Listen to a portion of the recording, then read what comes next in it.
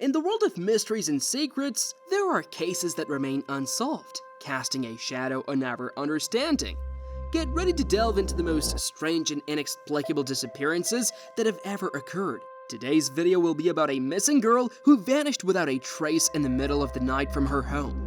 Next, a story about a gruesome discovery of a Polaroid photo capturing the horror of two teenagers, and as a chilling climax, the discovery of a body fragment on the roadside where a young woman disappeared. These stories will leave you puzzled and make you wonder what lurks in the darkest corners of our reality. These are some of the strangest and most mysterious unsolved disappearances in history. Asha Degree, whom locals dubbed Shelby's sweetheart, was last seen walking along a foggy highway early in the morning in 2000 on Valentine's Day. She was only 9 years old. Asha Degree collected her school bag in the middle of the night and left home. Her brother, who slept in the same room, said he heard noises coming from her bed, and at 6:30 a.m., her mother discovered she was missing. The police believe she left home of her own accord, but Asha was a shy, well-behaved girl, and her disappearance was out of character. Several motorists noticed Asha walking along the highway early in the morning in the driving rain and wind. When one resident slowed down to check if everything was okay, Asha ran into the woods. Initially, the family reported that the only items missing from her room were white sneakers, white jeans, a black book bag, and a Tweety Bird purse. Asha apparently didn't take a coat with her when she disappeared despite the cold, rainy weather. Police couldn't find any signs of forced entry on any of the doors or windows of her parents' home. All doors in the house were locked, and her mother confirmed that Asha had her own key to the house. The obvious answer to what happened was that she woke up, got dressed, and voluntarily left the house. 3 days after the parents reported her missing, some of the girl's personal items were found in a tool shed in the woods not far from the highway. The shed was part of a furniture upholstery company located about a mile from the girl's home and near the area where two truck drivers saw her walking early in the morning on February 14th. Inside the shed, police found a Mickey Mouse hair bow as well as a pencil and marker that were confirmed to belong to Asha. No other traces of the girl were found near the scene despite an extensive search of the area. It was also determined that it would have been difficult for Asha to reach the shed as it was 600 feet uphill from the highway and she would have had to cross a 3-foot ditch. New strange evidence related to the disappearance was found more than a year after the parents reported the child missing. During excavations about 30 miles north of where Asha was last seen on the highway, two construction workers came across a plastic bag with a book bag inside. This book bag contained some of Asha's personal items, as well as other evidence that would not be disclosed for the next 17 years. This book bag contained some of Asha's personal items, as well as other evidence that would not be disclosed for the next 17 years. During a reinvestigation of the case in 2015, the police stated that the girl packed her own bag before leaving, and the contents looked as if they were packed by a child, not by parents preparing her for bed. The next case occurred in September 1988. 19-year-old Tara Calico set out for her daily bike ride along the highway. Although she was expected to return home by noon, she disappeared somewhere along the 36-mile route and she was never seen again. The missing girl's mother often accompanied her daughter during her daily bike rides. However, on that day, she decided to stay home because a motorist nearly hit them on their last trip. She felt that the driver was aggressive and was following her and her daughter. The car passed them several times dangerously close as they rode their route. The mother expressed concern for her daughter. However, Calico thought her mother was overreacting. As her bike had a flat tire that day, she borrowed her mother's neon pink mountain bike. For her daughter, however, Calico thought her mother was overreacting. As her bike had a flat tire that day, she borrowed her mother's neon pink mountain bike. The parent asked the young cyclist to take a can of pepper spray in case she encountered any trouble. However, the teenager said it wasn't necessary. As she left home, she joked with her mother to send help if she didn't return. The girl planned to return by noon to play tennis with her boyfriend, and she also wanted to attend classes at her university that day. When Tara didn't return home, her mother immediately drove along the highway to search for her daughter. She traveled the entire route and found no trace of her daughter or the bike she was riding that day. The woman promptly contacted the authorities, and the next day, the concerned mother returned to the bike's route and found a cassette tape belonging to her daughter. She noted that the cassette was on the side of the road Calico should have been riding on when she left her home. Next to the cassette were obvious tire marks, which appeared to be from a scuffle or skid, indicating a struggle. The cassette player itself was later found near a campground located about 19 miles east of the highway. The mother believes her daughter dropped the items to leave clues about her whereabouts. Several witnesses came forward with statements in the days following Calico's disappearance, claiming they saw a truck following the teenager. Perhaps the girl was unaware that the truck was following her because she was wearing headphones while riding.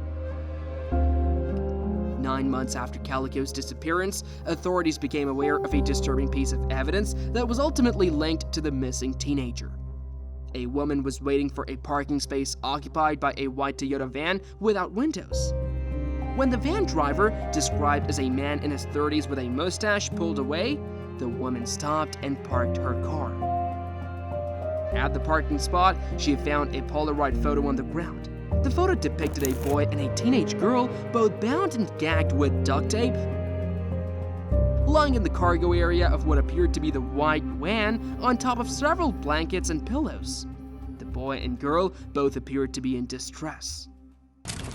The second person in the photo was purportedly Michael Hanley. This young boy went hunting with his father and one of the parents' friends. The trio set out into the mountains in April 1988. They set up camp, and after about 20 minutes, the adults noticed the 9-year-old boy was missing. They searched their campsite but found no trace of him. They presumed he wandered off into the wooded area surrounding the hunter's campsite. The boy's family, as well as the police and National Guard, conducted month-long searches, but no traces were found. Around this time, a snowstorm hit the area, complicating search efforts. And then, the woman finds the photo in the parking lot and brings it to the police. National media published hundreds of articles about the ominous photograph. Michael's parents saw one of the articles and contacted the police, and they recognized the boy in the photo. Tara Calico's parents also recognized their daughter in the photo. Analysis indicated that the photo was recently taken. The FBI couldn't confirm if the children in the photo were Tara and Michael. However, a forensic artist compared the missing children to the parking lot photo and was 85% certain it was them. It was suspected that Tara and Michael might have been abducted by the same person. A search was launched for a white cargo van parked at a grocery store. It had no windows and a sliding door on the side. However, in June 1990, Michael's remains were found just a few miles from the campsite where he was last seen. They were identified through dental records. It was believed that he died from hypothermia. It's considered that this case is no longer connected to Tara. She remains missing, and the children in the photo remain unidentified. Here's another case of a mysterious disappearance. In January 2000, Zebe Quinn, an 18-year-old Walmart employee, vanished after his shift. He and his friend Robert Owens, then 21, were driving to look at a car Quinn wanted to buy. The pair were in separate vehicles, but halfway there, Quinn pulled over and told Owens he had received a call and needed to head back. Later that day, Owens ended up in the hospital with broken ribs and a head injury, claiming he had been in a car accident. Quinn's mother spent the evening trying to reach her son, and the next day, she filed a missing person report. 2 days after Quinn was last seen, a phone call was made to his workplace at Walmart where someone claiming to be Zebe Quinn said he wouldn't be coming in for his shift due to illness. A colleague who took the call recognized Quinn's voice and became suspicious. The phone call was traced to a Volvo plant where Jason Owens worked. Police immediately went to speak with him. He admitted to making the call, claiming he was doing a favor for his friend after Quinn called and asked him to pretend he was sick. Owens denied any involvement in Quinn's disappearance, but he was immediately considered a person of interest. 4 days later, Quinn's car was found in a parking lot near his mother's workplace. Lipstick marks were drawn on the rear window, and inside was a live puppy. Neither Quinn nor his body was found nearby, and police investigated it as a homicide, but their investigation led nowhere. There were no leads for 15 years until Owens was arrested on suspicion of murdering Christy Shawn Codd, her husband Joseph, and their unborn child. After a car accident, he dismembered their bodies and attempted to burn them in a stove. A detective from the city police remembered Owens' connection to Quinn's case and his unusual story about digging a fish pond at the time. He requested a search warrant for the rest of his property. Authorities didn't comment on whether the bone fragments found were human or if they believed they discovered Quinn's remains. However, 2 years later, Owens was charged with Zebe Quinn's murder. The police department considers the case closed, and the indictment is the result of years of investigation and detective persistence. But was this crime truly fully solved? While Owens is a suspicious figure, there are lingering questions. For instance, what led Owens to insert himself into the investigation by calling Walmart and pretending to be the missing person? Also, what happened to the dog left in Quinn's car? Why was the car abandoned in a parking lot near his mother's workplace? And then, there is the issue of the urgent call received by Quinn, which police traced it was made by his aunt. However, the woman herself denied calling her nephew. Her alibi was having dinner with an old friend, the mother of the girl Quinn was in love with. Also present at dinner were Quinn's girlfriend and her jealous boyfriend, who had previously threatened Quinn. To further muddy the waters, the aunt also claimed she was robbed that night. Just a regular crime?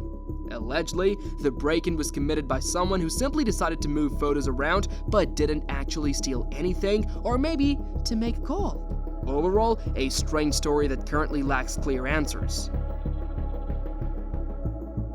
Jason Owens is still awaiting trial for Zebe Quinn's murder. Diana Ogg disappeared in April 1998 in Florida, and her mother reported her missing on Good Friday of the same year. In the years leading up to her disappearance, Ogg struggled with mental illness and addiction. According to her mother, and was very trusting and loved men with money.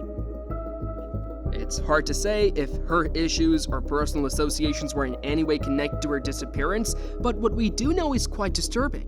A few days after Ogg went missing, she left a message on her mother's answering machine, in which she can be heard saying, "Help! Help!" followed by sounds of a scuffle and someone saying, "Hey, give me that!" Before hanging up. The caller ID simply showed Starlight, and when Ogg's mother called back, there was no answer. 2 days after the phone call, Ogg's middle fingertip was found on the side of the same highway where she was last seen walking 5 days earlier. And then a week after that, a bag containing Ogg's clothes was found neatly folded inside a package placed in the freezer of a 24-hour store. The day after Times newspaper reported on all of this in 2000, another 24-hour store found another bag containing Ogg's clothes was found neatly folded inside a package placed in the freezer of a 24-hour store. The day after Times newspaper reported on all of this in 2000, another 24-hour store found another bag, this time with a zipper full of cosmetics labeled Diana. No matter the reaction, unsolved mysteries are a compelling idea for many people. In the case of murder, the crime itself is evident. There is a body and a murder occurred. But in the case of disappearances, even the crime itself is unknown. Was it a kidnapping? A murder? Was there even a crime? Did someone simply run away? Were they cursed? Did they just want a new life? After watching the video, there are still many questions for both you and me. So subscribe to the channel and wait for new stories, or friends, you have the opportunity to join our team. Subscribe to the channel and wait for new stories, or friends, you have the opportunity to join our team. If you have video editing skills, you can voice over videos in Russian, English, and other languages or write interesting scripts, we'll be happy to work with you. Write to our Telegram bot, and the link is in the description.